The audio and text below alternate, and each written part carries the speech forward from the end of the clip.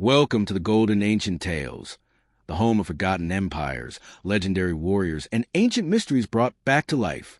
If you love thrilling historical stories told in a cinematic and engaging way, then you're in the right place. Today, we dive into one of the most daring feats in ancient military history, a journey so insane, so dangerous, and so legendary that historians still marvel at it today.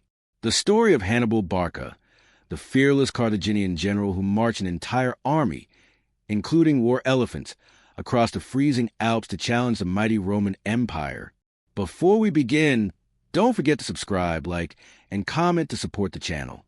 Your engagement keeps these ancient stories alive. Now, let's step into history.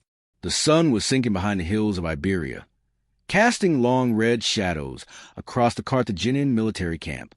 Fires crackled, spears glinted, soldiers sharpened blades, mended armor, and murmured about the battles to come. Amid the rugged terrain and the clang of metal, a young boy watched with wide, determined eyes. His name was Hannibal Barca, and though he was only 9 years old, destiny already circled him like a hawk. His father, Hannibal Barca, stood at the edge of a cliff overlooking the camp, a seasoned general hardened by years of fighting Rome in the First Punic War. His cloak fluttered in the warm Iberian wind. His presence commanded absolute respect. Soldiers who had faced death at sea and on land still straightened when he walked past. Hannibal adored him, not just as a father, but as the embodiment of what a Carthaginian warrior should be. Carthage was a wealthy North African powerhouse, famous for its navy and trade empire. But after losing the First Punic War, Rome forced brutal terms upon them. The Barcid family, Hamilcar, Hasdrubal, and later Hannibal, believed Carthage must rise again. As the camp settled into a restless stillness, Hamilcar beckoned his son forward. "Walk with me," he said. Hannibal followed.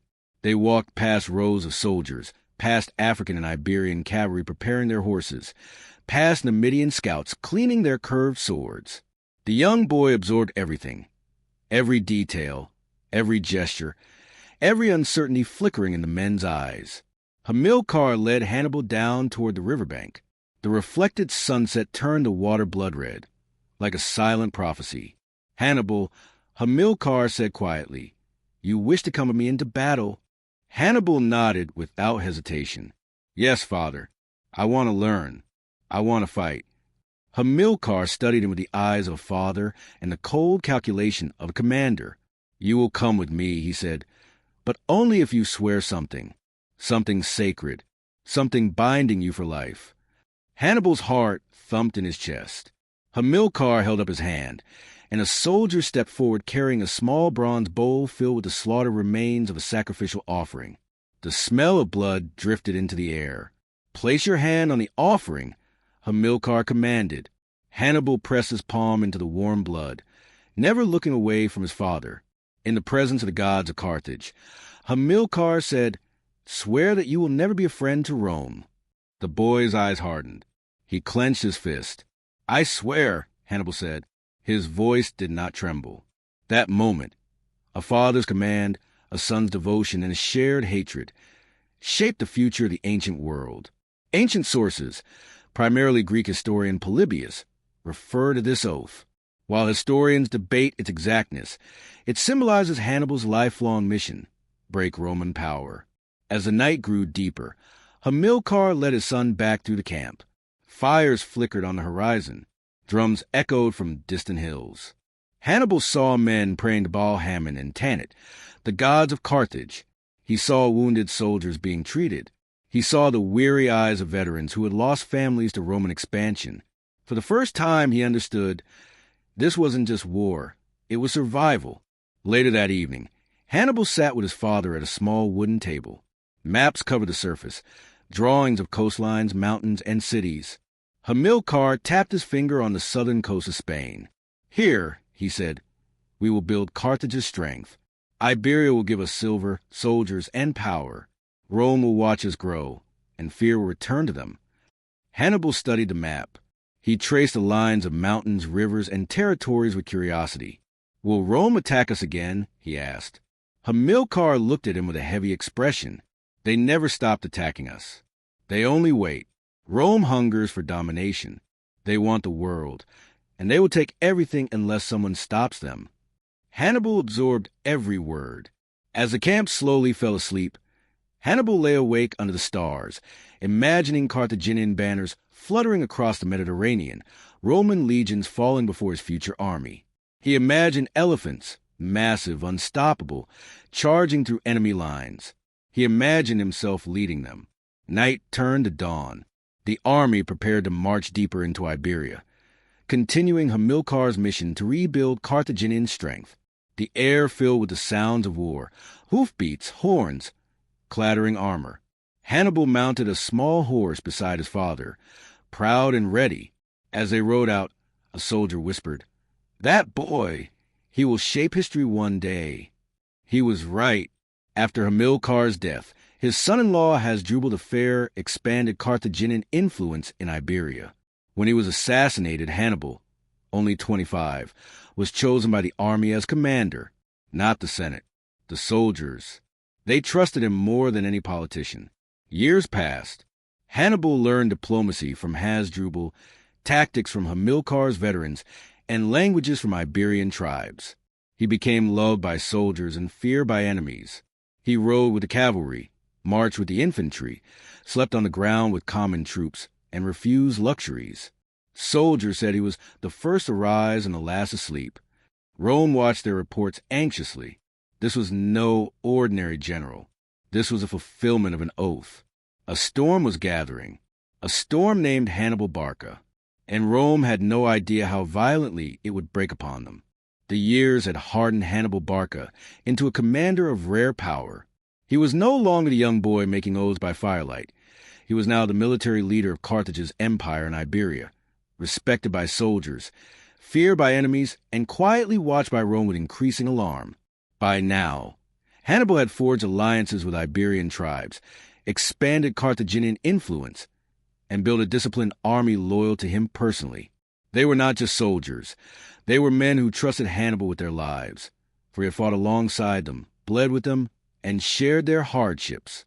But despite his growing accomplishments, one thought remained buried at the center of everything: Rome, the enemy he was sworn to destroy. To the Romans, the Barcid expansion in Iberia was not simply territorial growth. It was a threat. After the First Punic War, the Romans had demanded harsh terms. The Barcid family, however, refused to be defeated. They rebuilt Carthage's military power in Iberia, far from Roman control. Rome, uneasy, drew a line: the Ebro River. Carthage was not to cross it. Hannibal respected the treaty, but Rome found another pressure point. Saguntum was a strategic city south of the Ebro River, inside the Carthaginian sphere of influence. Yet, the Romans secretly courted Saguntum as an ally. For Hannibal, this was not diplomacy. It was provocation, an insult, a direct challenge. Saguntum believed Rome would protect them. Hannibal believed Saguntum was a test. Rome, watching from across the sea, waited to see whether the young Carthaginian general would dare touch the city. They expected caution. Instead, Hannibal gathered his war council. "These Romans," he said, "seek to plant their seed in our lands. Saguntum must be destroyed." The council agreed enthusiastically, but they issued a warning: Rome will react. Hannibal smiled. Let them. In the spring, Hannibal marched his army to the walls of Saguntum. The defenders watched in fear as tens of thousands of Carthaginian infantry set up siege works. Cavalry patrolled the hills, and massive war machines were dragged into position. The commander of Saguntum sent pleas to Rome. But Rome did nothing. It wasn't negligence. It was strategy. Rome wanted to see what Hannibal would do. He answered. The siege of Saguntum, 219 BCE, lasted about 8 months. It marked the true beginning of the Second Punic War, though neither side formally declared war at first. The siege was brutal. Hannibal was relentless. Carthaginian engineers built wooden towers taller than the city walls. Iberian warriors hurled flaming javelins. Numidian cavalry cut off all escape routes. Saguntum fought with the desperation of a trapped animal. They hurled stones, boiling oil, and flaming pitch. Their archers struck many Carthaginians from the walls. Hannibal himself fought at the front, inspiring his men with reckless courage. But in the middle of the siege, disaster struck. Hannibal was wounded.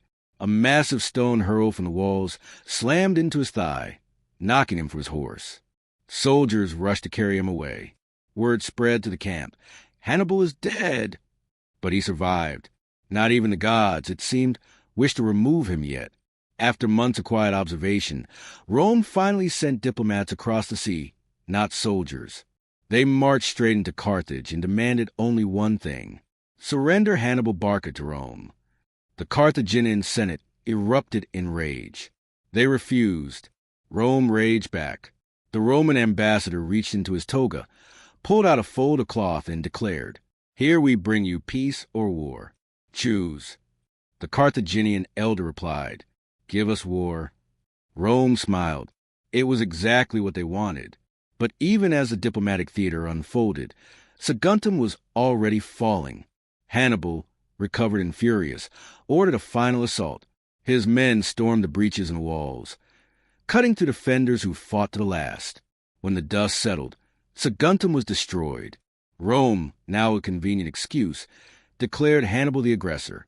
They denounced him as a criminal, a tyrant, a barbarian, even as they prepared their legion for war. But Hannibal was already thinking ahead, far ahead. Carthage and Rome had fought once before, First Punic War, over Sicily. Carthage lost. Now, both sides knew a second war was a matter of time.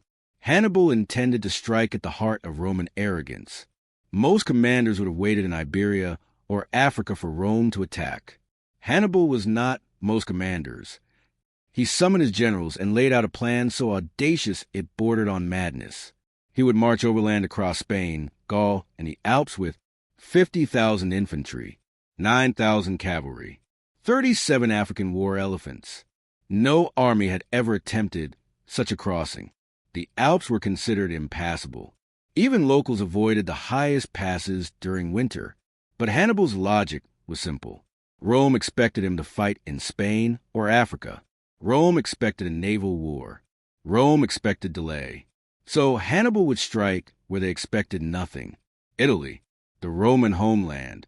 If he could bring war into Italy itself, he believed the Roman allies would rebel, the legions would falter, and Rome would break from within. It was a plan with 1,000 risks, but if it succeeded, the rewards were unimaginable. Before departing, Hannibal returned briefly to Carthage to address its Senate. He spoke with the fire of a man possessed. "Rome seeks our destruction. They underestimate us because we lost once. But I promise you, before this war ends, they will understand the meaning of Carthaginian vengeance." Many senators doubted him. Many feared him. But the soldiers, they adored him. When Hannibal returned to Iberia, he inspected the elephants, towering North African beasts with reinforced tusks and armor blankets. They would become the terror of the Italian countryside. He then addressed his army. "We march not to defend our homes, but to bring fear into the heart of Rome itself. The journey will be long, and the mountains will test us, but beyond them lies glory." The soldiers roared. They did not know how many would die. They did not know how many would freeze. They did not know that only a fraction of them would ever reach Italy. But they trusted their commander, trusted him enough to follow him into the jaws of the earth. And so, the greatest march in ancient history was about to begin. Night fell over Persepolis like a velvet shroud, yet the city did not sleep. In the courtyards, the marble lions cast long silhouettes under the torchlight, their stone eyes seeming to watch the horizon with unease. Rumors had already begun to spread. Rumors of new movements to the west, of foreign armies, of shifting alliances among the Greek city-states. Inside the hall of 100 columns, the heartbeat of the empire, royal officials murmured among themselves. Clay tablets were delivered in haste, seals hurriedly broken. Whenever a new message arrived, silence followed, a heavy, nervous silence. It was clear. The peace purchased by generations of kings was beginning to crack. But beyond the walls of the city, life remained timeless. Across the terraces of Persepolis, craftsmen continued their carvings, immortalizing scenes of tribute-bearers, warriors, and sacred animals. The young apprentice art usher paused from his work, his chisel hovering above a half-formed relief. He sensed something in the air, something unspoken. "Master," he whispered, Why does everyone seem afraid? The old sculptor, his beard snowy white, sighed deeply. Because, my boy, the world is changing. And when the world changes, empires must either change with it or fall beneath it. Ardeshir stared at the figures he was carving. A procession of nations coming before the king, carrying gifts. It had always symbolized harmony, order, loyalty. But now he wondered, would these nations always remain united? Meanwhile, in the royal gardens, Queen Persides walked slowly beside the young prince. The moon reflected softly on the lily ponds as she spoke. You must understand, she told him. Persepolis was never just a city. It is the spirit of our empire. If Persepolis stands strong, our people stand strong. And if it does not, the prince asked, Persides stopped walking. Then the fire that consumed kingdoms before us will consume ours too. Far away, scouts rode through the night to bring back intelligence from the western borders. They returned with troubling news, unrest among the Ionian cities, declarations of resistance, whispers of a growing military genius rising from Macedonia. Though the name was not yet widely known, those who had encountered him spoke of him with a mixture of awe and fear. But the king, calm, deliberate, unshaken, had seen empires rise and fall before. He had faced rebellions, foreign rivals, and political conspiracies. Yet even he sensed that the horizon held something different, something more dangerous than anything Persia had faced in centuries. In the temples, the Magi prayed for clarity. They burned incense, traced sacred symbols in the air, and consulted ancient texts. Some believed the omens foretold the coming of a storm from the west. Others dismissed these predictions as misinterpretations of tradition. But the truth remained. Not even the wisest among them could decipher what was to come. As tension slowly thickened, Persepolis itself continued to shine. The gold-inlaid halls glimmered, the terraces echoed with music during festivals, and the scent of wine and roasted lamb filled the air. To an outsider, it appeared that nothing had changed at all. But those who lived there, those who listened, could hear it. A subtle shift, a whisper of uncertainty, the first tremor beneath a mighty mountain. And in the dark corridors of the palace, one advisor said quietly to another, "The empire is too vast. Too many enemies watch us. The king must act soon, or someone else will act for him." The chapter closes with Ardeshir, the apprentice, standing at the edge of the grand staircase overlooking the entire city. He watched the torches flicker like stars falling from the sky and wondered what future those flames will illuminate or destroy. Dawn broke over Persepolis with a crimson hue, the sky stained with the color of burning copper. It was a sunrise that seemed symbolic, beautiful yet unsettling, like a warning whisper by the heavens. In the cool morning air, the city stirred slowly, unaware that its world was beginning to shift beneath its feet. Inside the palace, the king sat upon a low platform, reviewing the latest reports brought by breathless couriers. His advisors gathered around him in a semicircle, their expressions grave. Clay tablets covered the surface before him, each bearing news from far corners of the empire. Trouble in Egypt, unrest in Babylonia, and most troubling of all, signs of renewed hostility among the Greek states. One advisor cleared his throat, stepping forward. "Your Majesty, the city of Miletus has become a center of agitation. Their leaders speak openly of resisting Persian authority." The king's fingers tightened around the tablet. He had long known that the Ionian Greeks were restless. Rebellion had simmered there before. But something about the tone of the reports bothered him. The coordination, the confidence. It hinted at a force pushing from behind the scenes, a force bold enough to challenge Persia's dominion openly. Still, he maintained his calm. "Send emissaries," he ordered. "We will negotiate first. Bloodshed is a last resort." But even as he said the words, he sensed that diplomacy might not be enough this time. Outside the palace walls, Persepolis continued its daily rhythm. Merchants opened their stalls, the scent of saffron and dried figs filling the streets. Farmers from nearby villages drove carts of barley and pomegranates toward the marketplace. Women drew water from wells, their laughter echoing between mud-brick houses. Yet even in these everyday moments, a tension lingered.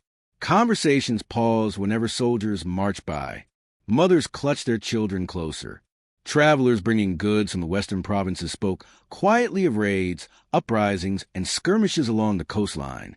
In the barracks, the Persian immortals, the elite guard of the empire, trained harder than ever. Their commander, General Artaban, paced along the lines of warriors as they practiced spear formations. "The empire is watching you," he said, voice sharp as steel. "When rebellion rises, it is you who will stand at the breach."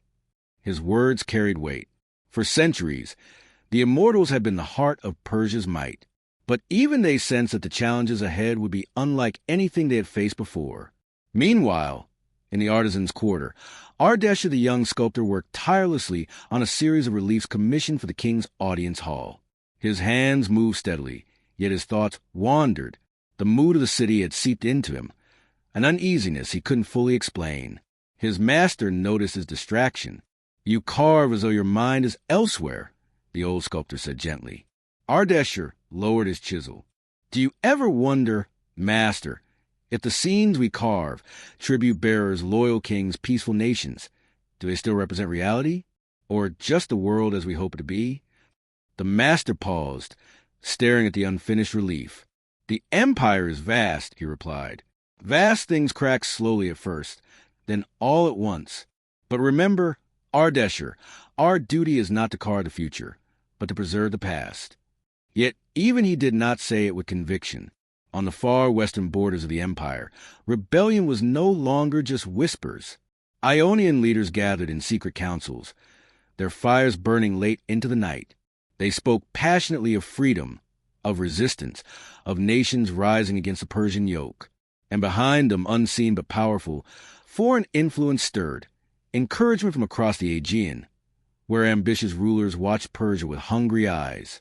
Word of these gatherings raced back to Persepolis, carried by scouts who rode without rest. Each report added pressure, like stones stacking atop the king's shoulders. At last, after days of deliberation, the king made his decision. He summoned his generals and instructed them to prepare the army. "Persepolis must not appear weak," he declared. "If rebellion spreads, the foundation of our empire will crumble. We will end this unrest swiftly, before it becomes a fire that consumes the West." But even as the commander saluted and departed to begin mobilization, the Magi voiced their concerns. "Great king," said the high priest, "the omens are unclear. Storm clouds gather in the west. The gods warn us of a coming force, one we cannot yet name."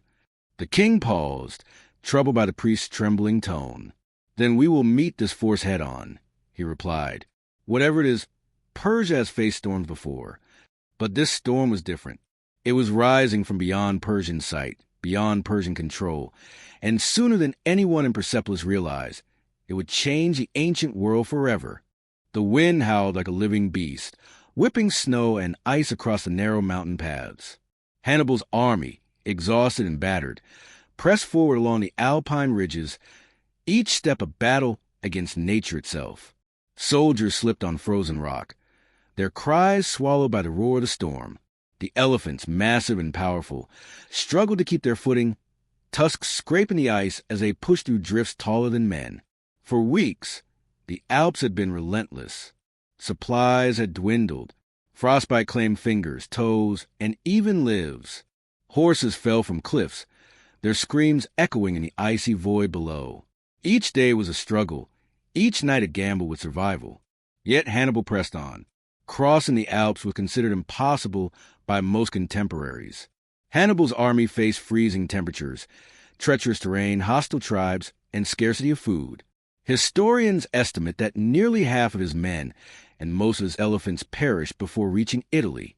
Hannibal moved among his men, walking beside elephants, speaking calmly, urging them forward. "Step by step," he said, "Rome is waiting. We will not falter."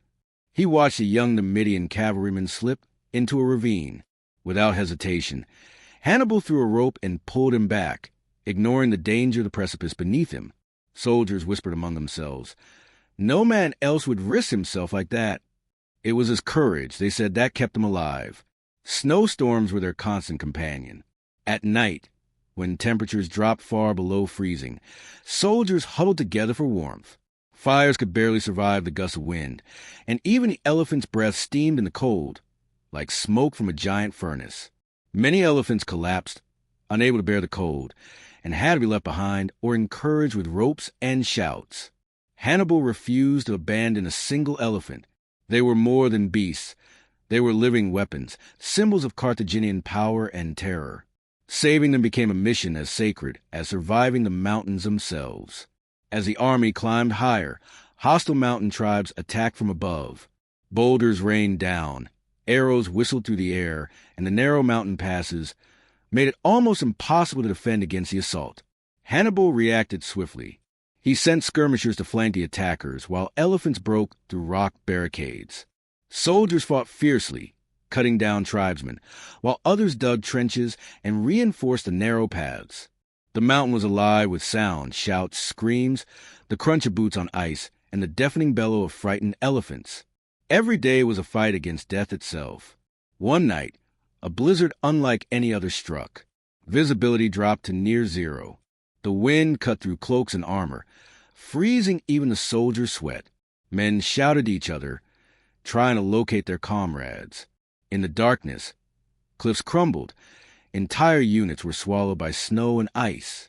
Hannibal, standing on a precarious ledge, shouted orders, but his voice was barely audible over the roar of the storm. Soldiers clung to ropes, to each other, to the massive legs of elephants, praying for dawn. When the storm finally eased, the scene was horrific. Corpses were frozen where they had fallen. Elephants lay unmoving in the snow. The survivors were fewer than half of the army that had begun the climb. Hunger gnawed at their bellies. Cold had numbed their hands and feet. Exhaustion was etched into every face. Yet Hannibal did not despair. He looked upon the survivors and said, "The Alps may take much from us, but not our spirit. Rome awaits. Forward." Polybius and Livy described the crossing as a combination of engineering skill, leadership, and sheer audacity. Hannibal's army, though decimated, emerged on the Italian side of the Alps, alive but battle-hardened. The crossing shocked Rome and secured Hannibal's reputation as one of history's greatest generals. Hannibal knew morale could falter even faster than the soldiers' bodies. To keep them moving, he spoke daily, reminded them of Carthage's oath, and promised them glory on the Italian plains. He showed no fear in the face of the elements, and the soldiers trusted him implicitly. Even when the terrain seemed insurmountable, he would ride ahead, using the elephants to clear obstacles, widen paths, or break enemy barricades. His presence was a lifeline. Without him, the army would have surely collapsed into chaos and despair. Of the original 37 elephants, only a fraction survived. Some were driven mad by hunger or cold. Some fell into crevices or died from exhaustion. Yet the survivors, staggering and frostbitten, became symbols of perseverance. Hannibal often rode alongside them, patting their trunks and whispering encouragement. To the men, these elephants were almost mythical beings, ancient spirits of war, moving through the icy Alps with them. After nearly 2 weeks of torture by snow, ice, and storm, Hannibal finally reached the highest passes.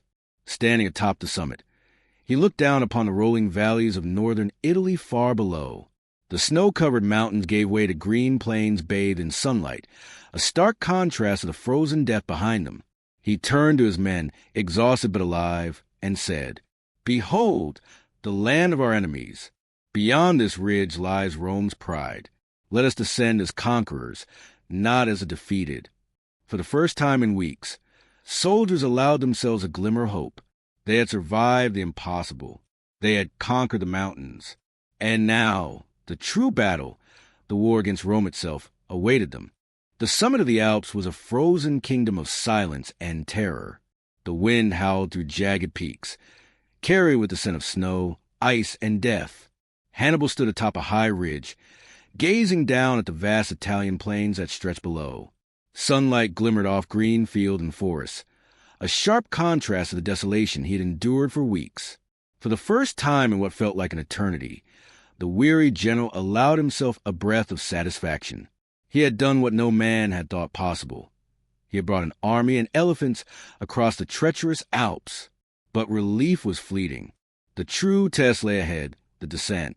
The crossing of the Alps by Hannibal in 218 BC is regarded by historians as one of the most daring military maneuvers in history. Estimates suggest that of the original 50,000 troops and 37 elephants, fewer than half survived the journey. Yet the survivors emerged ready to strike at Rome itself. Hannibal's army, though reduced in numbers, remained disciplined and battle-hardened. Soldiers had been forged in suffering. Every man, every elephant, had been tempered by hunger, frostbite, avalanches, and ambushes. Now, the narrow, icy trails of the mountains gave way to steeper slopes, loose rocks, and cliffside paths that demanded every ounce of courage and ingenuity. The elephants, despite frostbitten feet and trembling trunks, were crucial. Hannibal rode alongside them, shouting encouragement, patting their massive heads. They were living siege engines, and their presence inspired awe among his troops and terror in the eyes of any who would face them. Forward, Hannibal's voice cut through the gusting wind. Every step brings us closer to Rome. Descending the Alps was more than a test of courage. It was a feat of engineering. Hannibal instructed his soldiers to build makeshift sleds for supplies and for injured men. Ropes were secured to trees and boulders to create anchor points for elephants and cavalry. Slopes were widened using picks and axes, sometimes taking hours of labor to make a path just wide enough for a single elephant. At one point, a massive boulder blocked a critical section of the trail. Hannibal's engineers rigged ropes, pulleys, and wooden levers. Soldiers shouted and strained as the rocks slowly inched aside. Only then could the first elephants pass safely. This combination of leadership and ingenuity became a hallmark of Hannibal's campaign, a general who could fight battles, solve logistical nightmares, and inspire men simultaneously. Hannibal understood the psychological dimension of war as well as the physical. Every time a soldier faltered, he rode beside him, speaking words of resolve. The eyes of Carthage are upon you. The oaths of our fathers demand courage.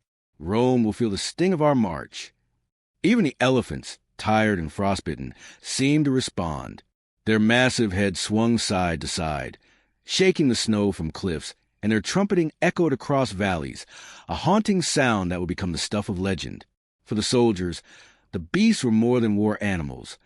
They were symbols of persistence, of the impossible made real. The army also faced small skirmishes with Alpine tribes who had watched them cross the mountains. Some tribes hurled rocks and arrows from above, hoping to halt their descent. Hannibal, ever tactical, ordered his troops to build temporary barricades, use archers to suppress enemy positions, and even leverage the elephants to break through fortified positions. One day, a group of tribesmen attempted to block a narrow pass with felled trees. Hannibal ordered his elephants forward. With a mixture of sheer strength and careful guidance, the elephants pushed through the barriers, crushing obstacles and clearing the way. Witnesses later recalled the scene.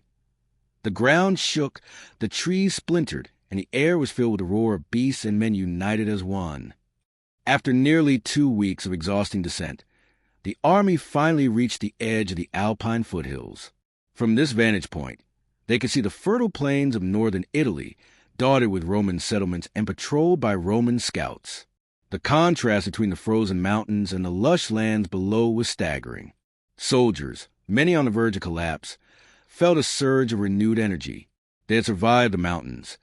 Now they were poised to strike at the heart of Rome's allies. Hannibal raised his sword, pointing toward the plains. "This is our land of opportunity," he declared. "Rome will not see us coming, and their legions will tremble when they witness our might."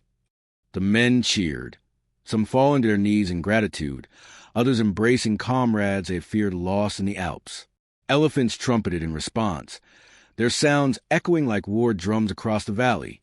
Hannibal's crossing demonstrated not only audacity but also strategic brilliance. Rome did not anticipate an overland invasion from the north. By the time the Carthaginian army entered Italy, the psychological impact of their arrival had already destabilized Roman allies, some of whom considered rebellion against Rome itself. Despite fatigue, Hannibal did not allow complacency. He ordered his men to rest, heal, and tend to the remaining elephants. Supplies were rationed carefully, and scouts were sent to survey the terrain ahead. Cavalry units trained for reconnaissance and ambushes, while infantry practiced formations suitable for the Italian plains. Hannibal also began sending envoys to Roman allied towns, offering terms of defection or promising Carthaginian protection. His understanding of diplomacy and psychological warfare was as critical as his physical crossing of the mountains. Each act reinforced his reputation as a commander capable of thinking several moves ahead. By the time they fully emerged from the Alps, Hannibal's army, though smaller and weary, was reborn. The survivors had endured storms, avalanches, hostile tribes, and near starvation. They were hardened, loyal, and inspired by a general who had led them through the impossible. The elephants, though fewer, remained powerful symbols of Carthaginian ingenuity and terror. Rome, unaware of the precise route taken by Hannibal, was shocked to hear reports of his arrival on Italian soil. Their scouts returned with tales of frostbitten soldiers and armored elephants descending from the mountains, a sight so unbelievable it seemed almost mythical. Hannibal's gamble had paid off. He had crossed the Alps, preserved his army, and brought the fight directly into Roman territory. Hannibal, standing before the plains, knew that victory was not guaranteed. The Roman legions were vast, well-trained, and experienced, but the advantage of surprise, the psychological impact of the elephants, and the discipline of his battle-hardened troops gave him confidence. He turned his officers. "The Alps have tested us. Now we test Rome. Prepare yourselves, for the battles ahead will be long, but the rewards, glory and Carthage's revenge, are worth every hardship." The army roared in approval. The plains of Italy awaited. Rome would never forget the sound of Carthaginian war machines descending from the mountains. The plains of northern Italy stretched endlessly before Hannibal and his army, a mosaic of green fields, forests, and rivers glinting in the sunlight. After weeks of frozen death in the Alps, the soldiers, though reduced in number, moved with purpose and pride. The elephants, still massive and imposing despite frostbite and exhaustion, walked at the center of the army, their trumpeting echoing across the valleys. Rome had never seen anything like this. Hannibal's entry into Italy in 218 BCE marked the beginning of the Second Punic War. His audacious crossing of the Alps with elephants in a reduced but disciplined army caught Rome completely off guard, demonstrating both tactical brilliance and psychological mastery. The first Italian villages had already begun to tremble. Scouts returned with reports of Roman forces mobilizing, but Hannibal's careful use of terrain, ambushes, and mobility kept him ahead. He knew the psychological value of the elephants. They were terrifying, unfamiliar beasts to the Romans, capable of breaking formations and sowing panic. The army moved like a living storm, a force of nature born from human endurance and animal strength. As the army descended further into the Po Valley, Roman forces finally confronted them. The first skirmishes were small, yet intense. Carthaginian cavalry and Iberian infantry clashed with Roman scouts along riverbanks. Archers loosed volleys into enemy ranks, and elephants crashed through hastily erected barricades, sending Roman soldiers fleeing. Hannibal watched from atop a hill, assessing the battlefield with a commander's precision. He knew that to defeat Rome, he could not simply rely on brute force. He needed strategy, cunning, and discipline. Every clash, every skirmish, was a lesson for his men, an opportunity to sharpen their skills and prepare for the greater battles to come. Hannibal's strategy in Italy emphasized flexibility and psychological warfare. He avoided frontal assaults when possible, used terrain to his advantage, and exploited Roman fear of unfamiliar tactics and elephants. His leadership turned adversity into an asset, as his soldiers became stronger with every engagement. The elephants became more than just war machines. They were living symbols of Carthaginian dominance. With tusks reinforced and armor strapped along their massive frames, they charged Roman formations, breaking the cohesion of legions trained to fight disciplined enemies. Their trumpeting, combined with the roar of Hannibal's army, struck fear into Roman hearts. One Roman soldier later described the scene. "It was as if the mountains themselves had descended upon us. Trees cracked, earth shook, and we fled before beasts that should have been impossible." The elephant's presence also boosted the morale of Hannibal's troops. Soldiers who had survived the Alps now stood proud beside creatures that had shared their suffering, strengthened by the bond forged in the mountain's crucible. Hannibal's journey through northern Italy was a blend of careful strategy and rapid movement. He avoided heavily fortified Roman cities where resistance would be costly, instead moving through less defended territories and winning over towns with promises of protection and freedom from Rome. Allies began to emerge. Some Roman-controlled towns, inspired by Hannibal's audacity and the Carthaginian army strength, defected or offered supplies. These victories were as much psychological as they were strategic, undermining Roman authority and spreading panic among its allies. Hannibal carefully preserved his forces, knowing that Rome's legions would soon confront him in force. He continued to drill his men, practice formations, and maintain discipline. He understood that survival after the Alps was not enough. Mastery on the Italian plains would define his legend. Despite these victories, Hannibal bore the weight of responsibility for every life lost in the Alps. The frozen cliffs, avalanches, and storms had claimed thousands, and he often walked among the survivors, checking on their wounds, offering words of encouragement, and sharing in their burdens. His presence was both comforting and commanding. Soldiers drew strength from him, knowing that the general who had crossed the impossible mountains shared every hardship and every danger with them. His leadership turned fear into courage, despair into determination. Hannibal knew that the ultimate test awaited him. Rome would regroup and march its legions to confront him in force. The strategies that had carried him across the Alps, boldness, audacity, and careful planning, would now be put to the ultimate test in open battle. He studied the plains carefully, noting rivers, ridges, and forested areas that could serve as tactical advantages. Every movement, every position, was calculated to maximize the effectiveness of his army, including the elephants. Hannibal's mind raced ahead, anticipating Roman maneuvers and planning counterattacks that would become legendary. Standing on a ridge overlooking the Italian plains, Hannibal raised his sword high. His soldiers, exhausted but alive, raised theirs in response. The surviving elephants trumpeted, their voices echoing across the valley. Hannibal shouted to his men, "Behold, Rome! The mountains could not stop us. The storms could not stop us.